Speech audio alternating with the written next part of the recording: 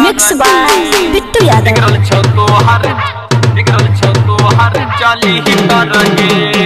जय मां Katyani recording studio Mansi एक कन्या। छौरी बनही बड़का पवित्र गे बिगड़ल छौ तोहर चली तर गे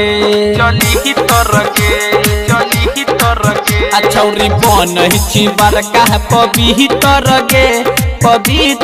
गे बिगड़ल छौ तोहर चली तर गे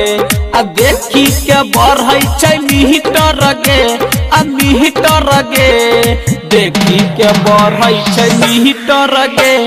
मीटर गे छौरी बिगड़ल छौ तोहर चली तर गे बनही बड़का पवित्र गे छौरी बिगड़ल छौ तोहर चली तर गे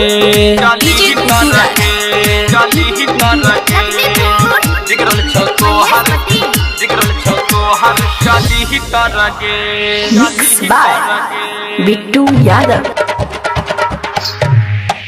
आगे खेला जे खेलली तो मुखिया के खेत में छौरा सब देख ललक परसू के डेट में आबे जदि तोर माई जे जानतो छाती पीटी पीटी खूब हेगे कानतो घुस ने देतो घर के भीतर गे छौरी बिगड़ल छौ तोहर चली तर गे बनही बड़का पवित्र गे छौरी बिगड़ल छौ तोहर चली तर गे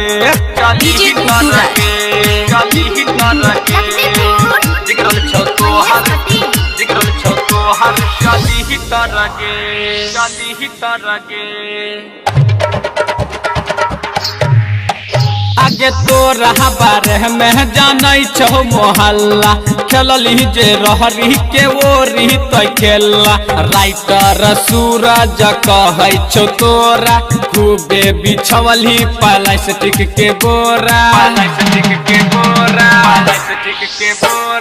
बोला के बढ़ैली तो मीटर